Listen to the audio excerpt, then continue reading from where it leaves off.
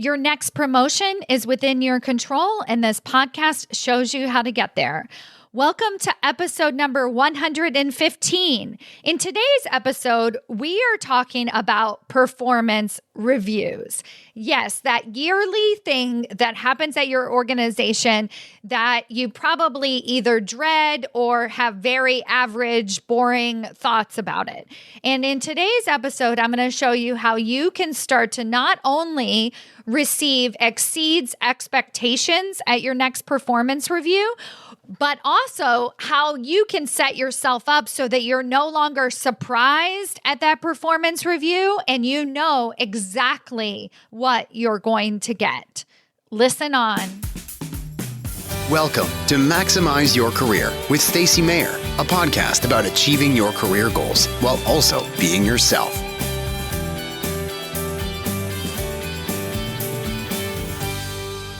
Hello, everyone. Welcome to another episode of Maximize Your Career. I'm your host, Stacy Mayer, and super excited, as always, to be here with you again this week.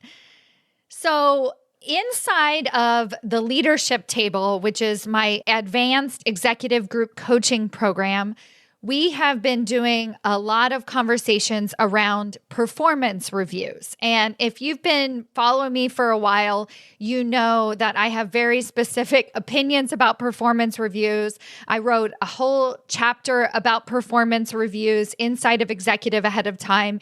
And I really believe that the way that you approach performance reviews really dictates your ability to get promoted into those higher level executive positions. And I'm going to show you today what I mean by that. But really think about it. When I tell you performance reviews, what's the first thought that comes to mind? Is it, oh gosh, I hate performance reviews? Is it, performance reviews are what they are? Or is it, I love performance reviews. I think it's the most exciting thing that happens throughout the year. So really just check in and see what happens to you. And for the most part, what I'm looking for is either a neutral approach to performance reviews or actual enthusiasm about your performance review, because that's when you know that you're going to get the pay increase or the title or whatever is coming to you that you're already aware of in your mind. You already should know what is going to happen at your performance review before your performance review. And so if you're at the place in your career where you always know what to expect, then you are significantly steps ahead of the competition, of the other people at your organization. And I say competition with light because I believe that there's enough room at the top for all of us. We're not competing with our coworkers.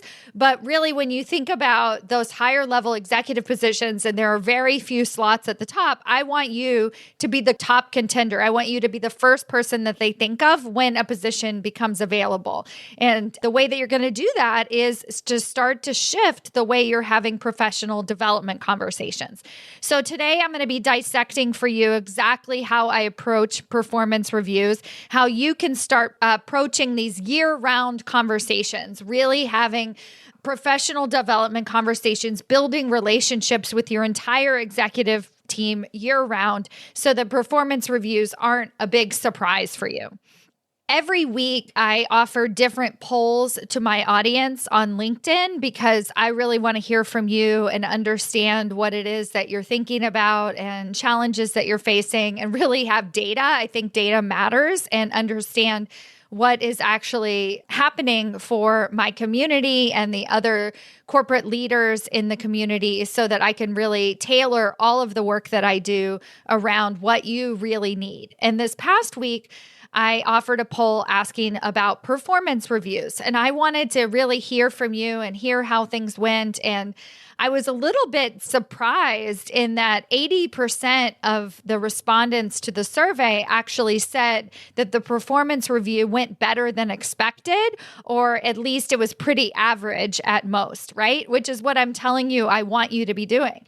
And then it occurred to me, I said, well, who in their right mind would actually put that the performance review, one of the option when I said that it didn't go well was a total nightmare, quote unquote, who would actually put that their performance review was a total nightmare on LinkedIn? Like, it's not really a thing that we want to do when we're socializing on a platform that is supposed to be professional and help us advance our careers. And so even if that's true and 80% of my community really is like kicking ass, getting promotions, getting money, getting all of the things that I teach on this, that's great because it means they are listening to what I'm teaching and they're implementing it and it works. But let's say, just for the sake of argument, that it's actually not true, that we put on a face in the public eye that we don't really want other people to see. And by not true, I'm not saying that those people who said, yes, their performance review went great. I'm sure that it actually probably did. They're not lying. But I'm saying the people who it didn't go so great, they're not going to be as likely to check that box because it's a bit embarrassing, right? We don't really know how to handle it. And that's the first attitude that I want to address. So you have thought about social media at some point, even if you're not a person who engages actively on social media, you think about it, it's in your face. And we have been told time and time again that Instagram is not a direct reflection of the world that we live in. You know, there are filters, there are people only show the bright side of life. They don't show the hard stuff.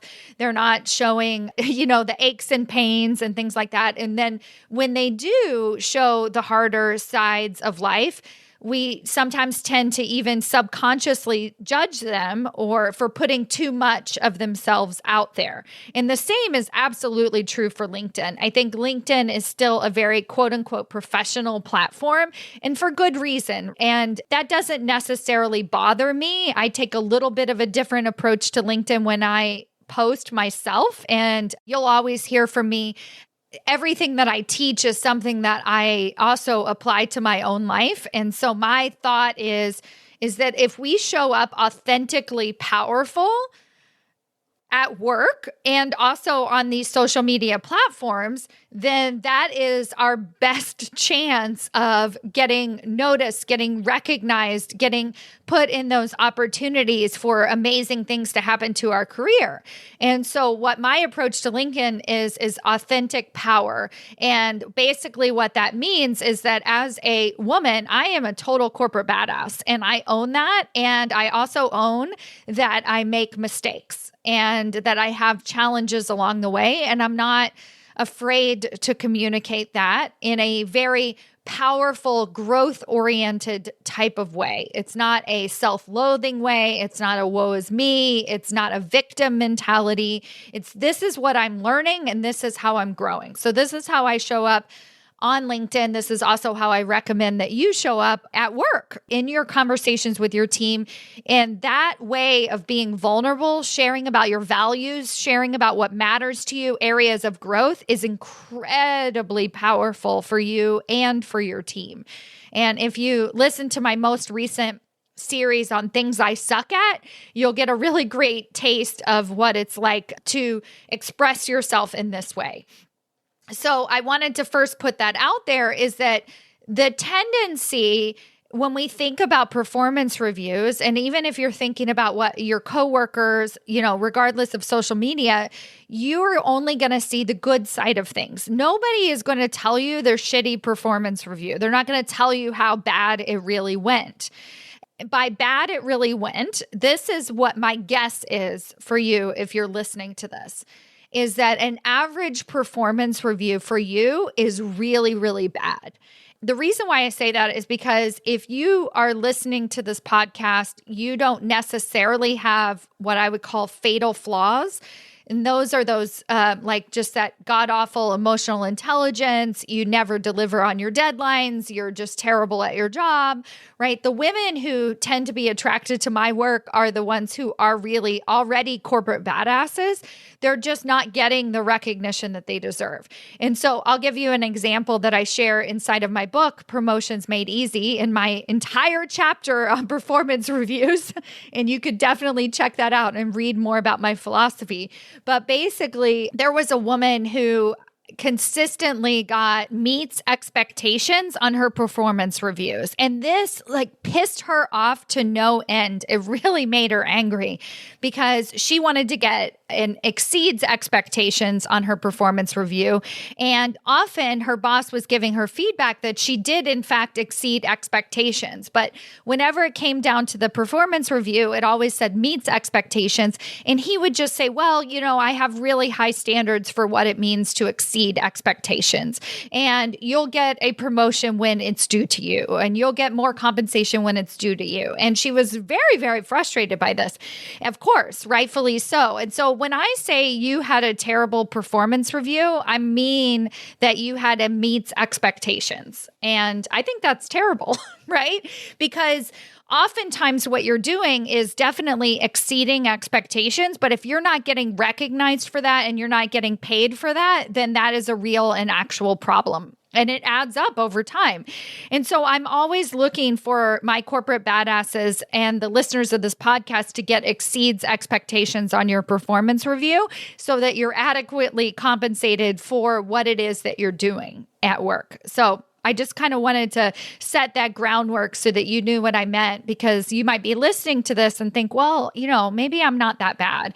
And I want to challenge you, if you're consistently getting meets expectations, to do better. And by doing better, I don't mean get better at your job. I just mean listen to what I'm sharing on this podcast, start implementing the work, and really challenge yourself to get exceeds expectations on the next performance review. I want you to be in that 80% that was replying on LinkedIn. So if there are all of these other women listening to this podcast, getting meets expectations, feeling really terrible about it, wishing that they could get more, I want you to know that you're not alone. And I think that this matters. And inside of groups like Executive Ahead of Time, we're having very open and honest conversations about what we're actually getting on our performance reviews. And it's a big deal.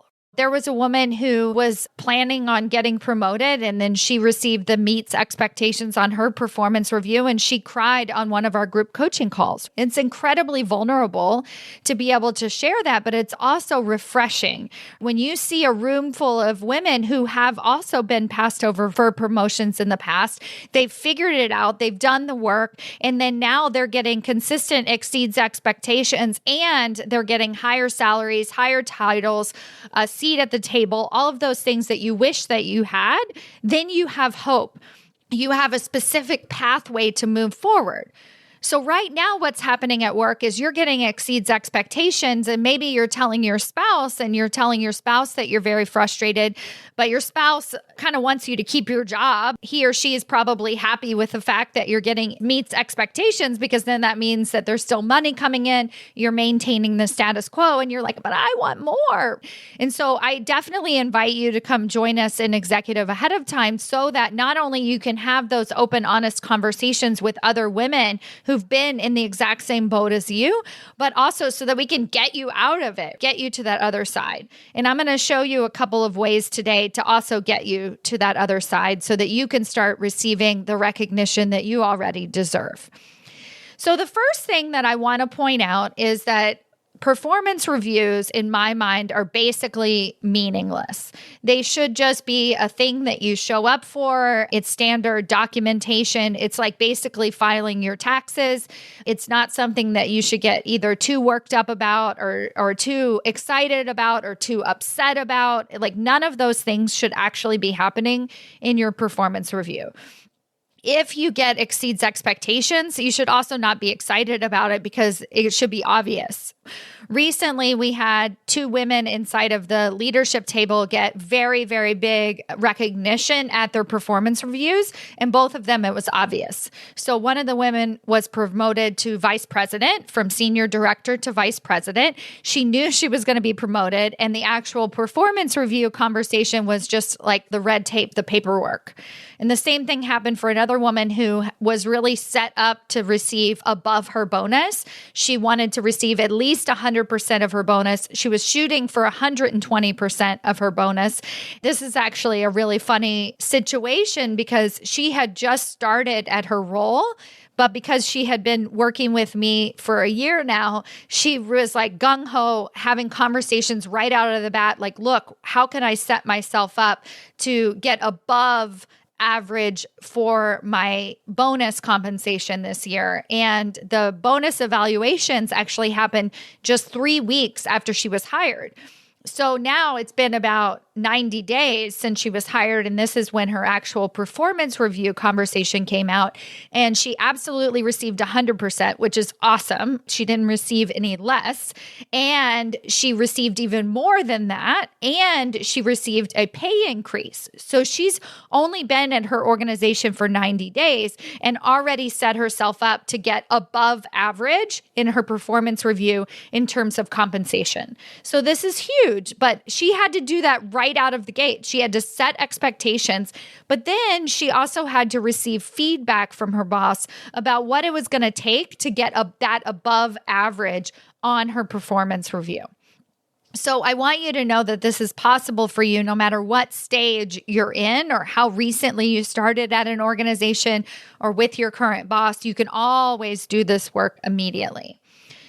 So as you've gathered, my thoughts about performance reviews is that it's a year-round conversation. And basically what this looks like is you're saying something. So in this most recent example that I gave of the woman who just started the role, you're saying my expectation is to exceeds expectation on my performance review in October. And I want to know from you what I need to do to make that happen. So that's the actual question. You're really going to ask that question. And then you're going to listen to the feedback from your boss as to what it's going to take to get exceeds expectations. You want to know the calibration ahead of time. You want to know how you're weighed against your peers. You want to know specific actions that you can start to take to make sure that you're set up in this way. And then you're going to start to do it. And every quarter, you're going to have conversations to check back in and to see if you're headed in the right direction. Now, I don't know what this brings up for you. Maybe this makes you feel like too aggressive, too outspoken.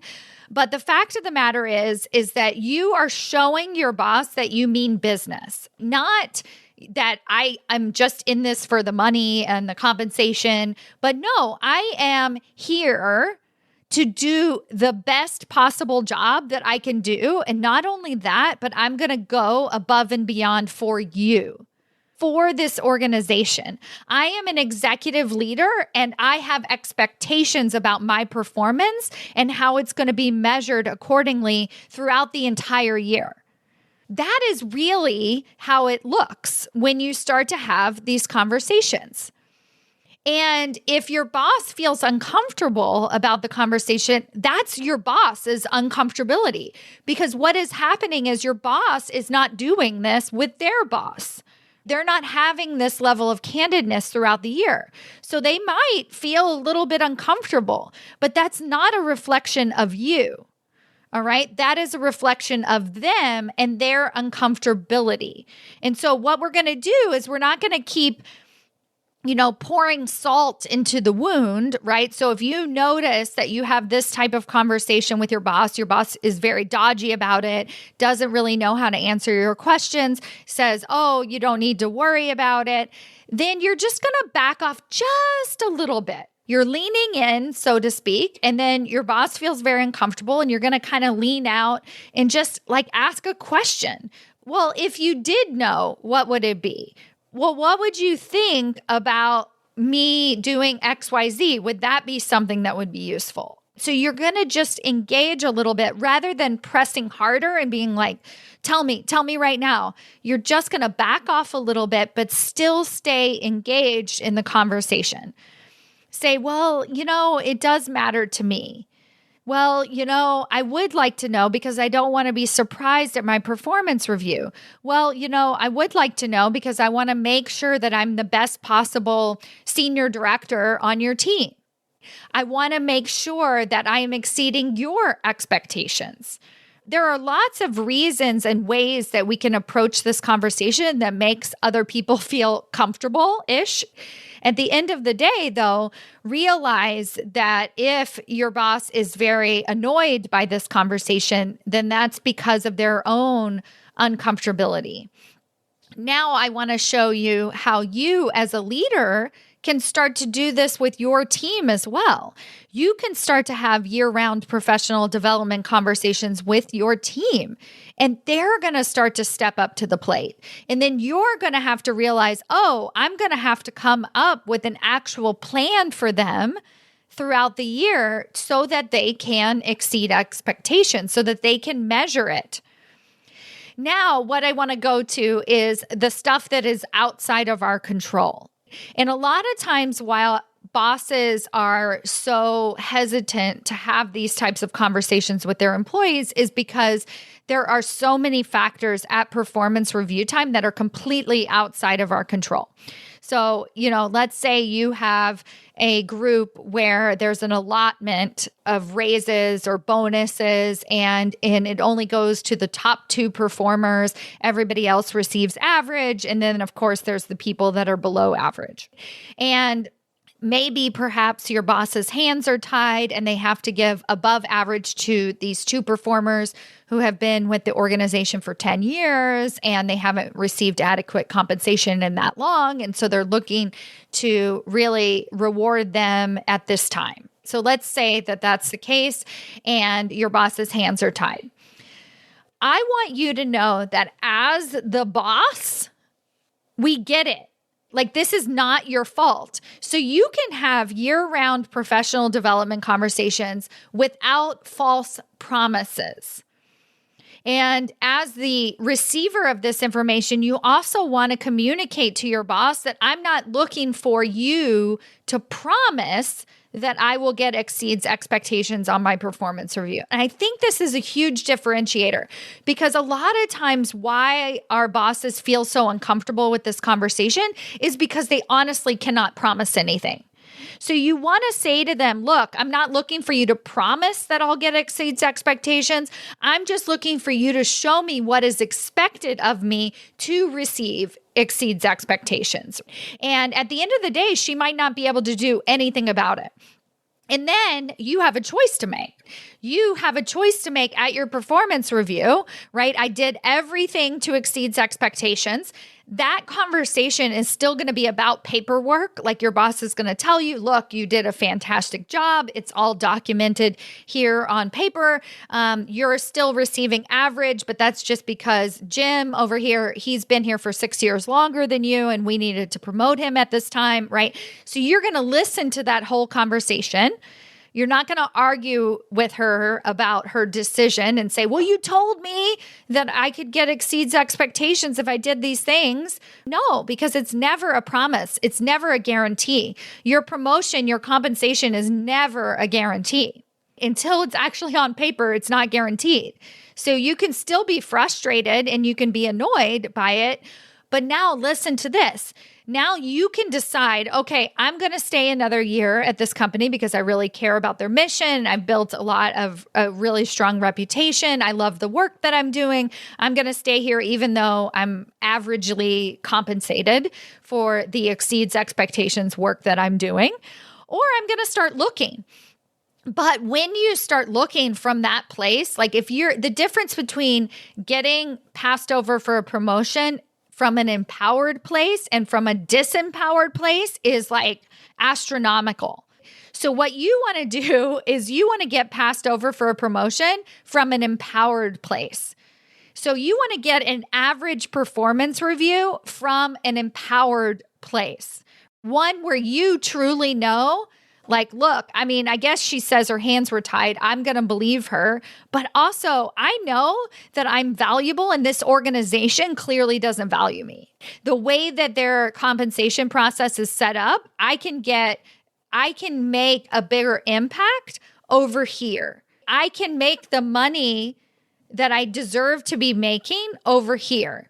I can have a higher title and the benefits of a higher title. Maybe next week I'll do an episode on what are the benefits of having a higher title, but it actually matters to have higher titles. You may think, well, it doesn't matter. No, it does. Because when you see the women inside of executive ahead of time and in the leadership table who get those promotions, they're like, oh my gosh, Stacy, the other side is very different. Actually being included in the conversation is so different than being a senior director. And it matters. I just want you to start to see how you can really think and shift your thinking around performance reviews, that it just is. It just is a data collecting service. It's like paying your taxes. It's something that you do every single year at the same time. But what you're really doing is owning your career, owning your professional development, taking steps necessary to become that executive ahead of time, to put yourself in those positions so that even if you receive average, okay, fine. Like whatever, make a choice, decide, am I staying or going? Like it doesn't have to be this emotional like anguish. Or you will receive an exceeds expectation and you're going to be like, oh my gosh, thank God, Stacy, now I'm making $40,000 more a year. And I wouldn't have been able to do this if I hadn't started having those year-round professional development conversations all along. That's how I want you to look at performance reviews. I want you to realize that it is disappointing to get passed over for a promotion, and women everywhere are getting passed over on the daily. You are not alone. This is not shameful. This is not because you don't deserve to be an executive leader. It is simply because you haven't taken the tools necessary to really set yourself up as that executive leader, to set yourself up to get that exceeds expectation, to really show up as that strong, powerful, authentically powerful corporate badass that you already are. So I hope your performance review goes great. If it doesn't go as well as planned, let me know. Shoot me a DM. Join us in executive ahead of time so that you never have to have a crappy performance review ever, ever, ever again. All right. Thank you so much for listening, and I'll see you next week. Bye.